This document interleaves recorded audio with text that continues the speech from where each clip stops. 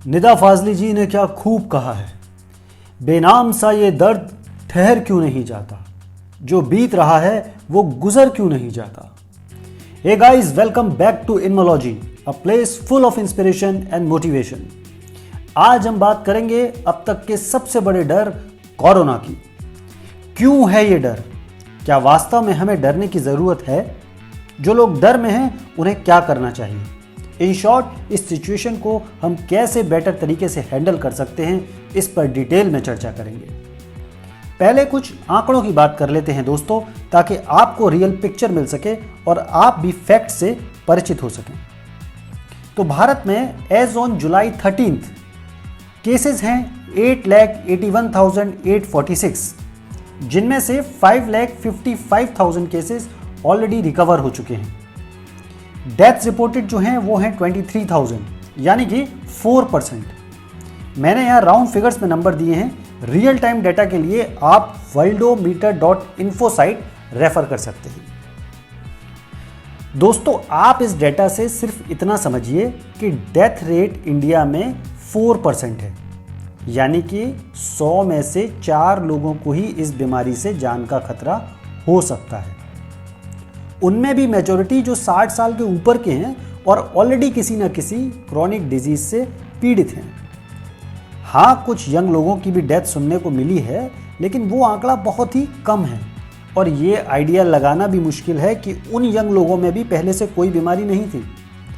आजकल वैसे भी यंग पॉपुलेशन में हार्ट डिजीज, डायबिटीज कॉमन हो चुका है, तो ये कहना वाजिब नहीं कि उनकी डेथ का मेन रीज़न भी कोरोना ही है। मतलब ये कि अगर आपको पहले से कोई क्रॉनिक बीमारी नहीं है और आप एक हेल्दी इंडिविजुअल हैं, तो आपको फालतू घबराने की कोई ज़रूरत नहीं। और अगर कोई बीमारी है भी और आपकी एज भी ज़्यादा है, तो भी घबराने से या डरने से कोई हल निकलने वाला नहीं। दोस्तों, अभी के टाइम में इस कोरोना के पूरे सिनेरियो में आपको 4 तरह के लोग मिलेंगे। पहले वो हैं जो बिल्कुल इग्नोरेंट हैं, जिन्हें पता ही नहीं कि ऐसी कोई बीमारी एग्जिस्ट भी करती है और ना ही उन्हें जानने में कोई इंटरेस्ट है। दूसरे वो जो ओवर कॉन्फिडेंट हैं, जिन्हें लगता है कि कुछ भी हो जाए, दुनिया इधर से उधर हो जाए, पर उन्हें कुछ नहीं होगा। तीसरे वो हैं जो हाईली पेसिमिस्ट हैं, संपूर्णतः नकारात्मक हैं, जिन्हें ये लगता है कि किसी को भी हो ना हो पर उन्हें तो ज़रूर होगा। ये खुद भी डर के साए में जीते हैं और दूसरों को भी डरा के रखते हैं ताकि उनका डर कम हो सके। और लास्ट हैं प्रैक्टिकल अप्रोच वाले लोग, जिन्हें पता है कि यह एक टाइम बीइंग प्रॉब्लम है, क्या प्रिवेंटिव मेजर्स लेने हैं, लाइफ को कैसे जीना है, वह इन्हें पता है। अब आप सोच के देखिए कि इन चारों में से आप किस कैटेगरी से बिलोंग करते हैं।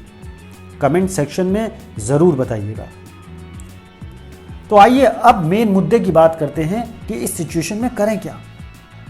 तो दोस्तों, ये कोरोना नाम की समस्या में आप सिर्फ इतना ही कर सकते हैं कि आप अपनी सोच सही रखिए। गवर्नमेंट द्वारा दी गई सभी प्रिकॉशंस, जो भी गाइडेड प्रिकॉशंस है, वो लीजिए, लेकिन सबसे पहला प्रिकॉशन इज राइट थिंकिंग। पहले मन को साफ रखना है, क्योंकि मन के हारे हार है और मन के जीते जीत। लेकिन हम कर क्या रहे हैं? हम इस सिचुएशन को, इस पेंडेमिक को, इस पेन को और वर्स्ट कर रहे हैं। आप किसी का भी टेलीफोनिक या नॉर्मल कॉन्वर्जेशन सुनिए, स्पेशली महिलाओं का। उनमें इस बीमारी को लेकर भी हार जीत का कंपटीशन है। अगर पहली ने कहा कि हमारे एरिया में आज 10 नए केसेस आए हैं, बड़ी टेंशन हो रही है, तो उसकी बात खत्म होने से पहले ही दूसरी महिला का जवाब आएगा कि अरे हमारे एरिया में तो 20 नए केसेस आए हैं, कल तो सुना है कि 2 लोगों की डेथ भी हो गई।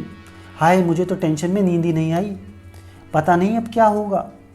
मुझे अपनी चिंता नहीं, पर बच्चों का बड़ा डर लगता है। दोनों कहीं ना कहीं इस होड़ में हैं कि वो ये कॉन्वर्जेशन जीतें, इस कंपटीशन को जीतें। ऐसे लोगों से सोशल डिस्टेंसिंग जरूर बनाएं। यहां मेरा मतलब बातचीत के दौरान सतर्कता बरतने से है। ऊपर से मीडिया और सोशल मीडिया प्लेटफॉर्म्स ने राई का पहाड़ बना रखा है। माना कि वो अपना काम कर रहे हैं क्योंकि उनका डर का ही व्यापार है, पर आपकी क्या मजबूरी है साहब? आप क्यों हर 10 मिनट में न्यूज़ चैनल सर्व कर रहे हैं? कितने नए केसेस आए, किस एरिया में आए, कितने मरे? अरे पता है आज तो बच्चन फैमिली को भी हो गया। इतने बड़े बड़े लोगों को हो रहा है तो अपने तो अब कहाँ बचेंगे। मीडिया और आप मिलकर इस वायरस को लोगों में वायरल कर रहे हैं। ये सब कचरे से आप अपने माइंड को फीड कर रहे हैं, तो रिजल्ट में फियर और एंजाइटी नहीं तो और क्या मिलेगा दोस्तों। मैं ये नहीं कह रहा कि आप अपडेटेड ना रहें, दिन में 10 मिनट न्यूज़ ज़रूर देखें, जान लें दुनिया जहान में क्या हो रहा है, अवेयर रहना ही चाहिए। बट साथ में जैसा कि मैंने पहले कहा कि प्रैक्टिकल अप्रोच भी रखें।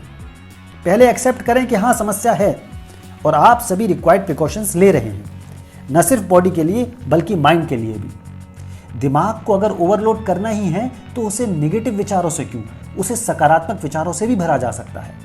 फिर वही थॉट आपके संस्कार बनेंगे। और यह भी याद रखिए कि नथिंग इज परमानेंट। मैं और आप भी नहीं, तो फिर इस वायरस की क्या औकात। आज से पहले भी कई महामारियां आई और वक्त के साथ चली गईं। ये भी आज नहीं तो कल चला ही जाएगा। आग कितनी भी खौफनाक सही, उसकी लपटों की उम्र थोड़ी है। कोरोना पेंडेमिक नहीं है दोस्तों, हमारा डर, हमारा फियर पेंडेमिक है।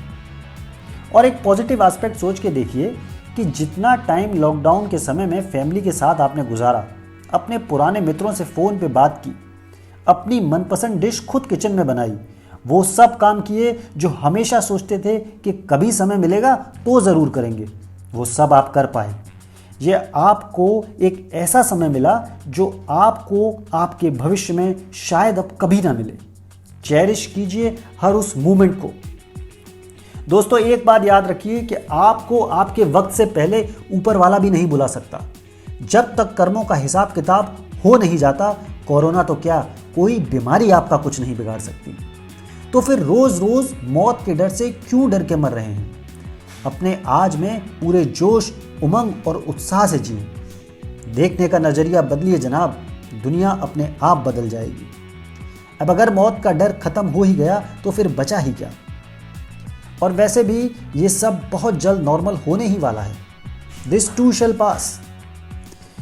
अगर सोर्सेस का माने तो ये साल के अंत तक या मोस्ट लाइकली जनवरी 2021 तक, यानी कि अगले 5 से 6 महीने में कोविड-19 का वैक्सीन आ जाना चाहिए।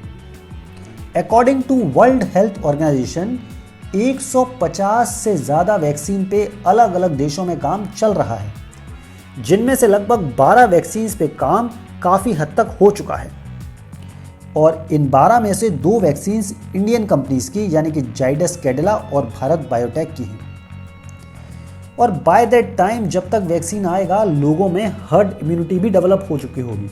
मतलब वायरस से लड़ने की क्षमता खुद ही हमारी बॉडी एक टाइम के बाद विकसित कर ही लेती है। तो फिर डरना कैसा। अब डरना छोड़िए और जीवन को वापस जीना शुरू कीजिए। बादलों के दरमियान एक साजिश हुई, मेरा घर था मिट्टी का, वहां बारिश हुई। अगर उन्हें भी जिद है वहीं बिजलियां गिराने की, तो हमें भी जिद है वहीं अपना आशियां बनाने की। उम्मीद करता हूं आपको कुछ हिम्मत और इंसाइट्स जरूर मिली होगी। तो वीडियो को लाइक एंड शेयर जरूर कीजिएगा हर उस शख्स के साथ जो इस डर से गुजर रहा है। और चैनल को सब्सक्राइब जरूर कीजिएगा, बेल आइकन पे भी क्लिक करें ताकि आपको टाइमली नोटिफिकेशन मिलते रहें। तो जल्द मिलते हैं, तब तक के लिए खुश रहिए, मुस्कुराते रहिए, खुशियां बांटते रहिए। बाय बाय, शब खैर एंड टेक केयर।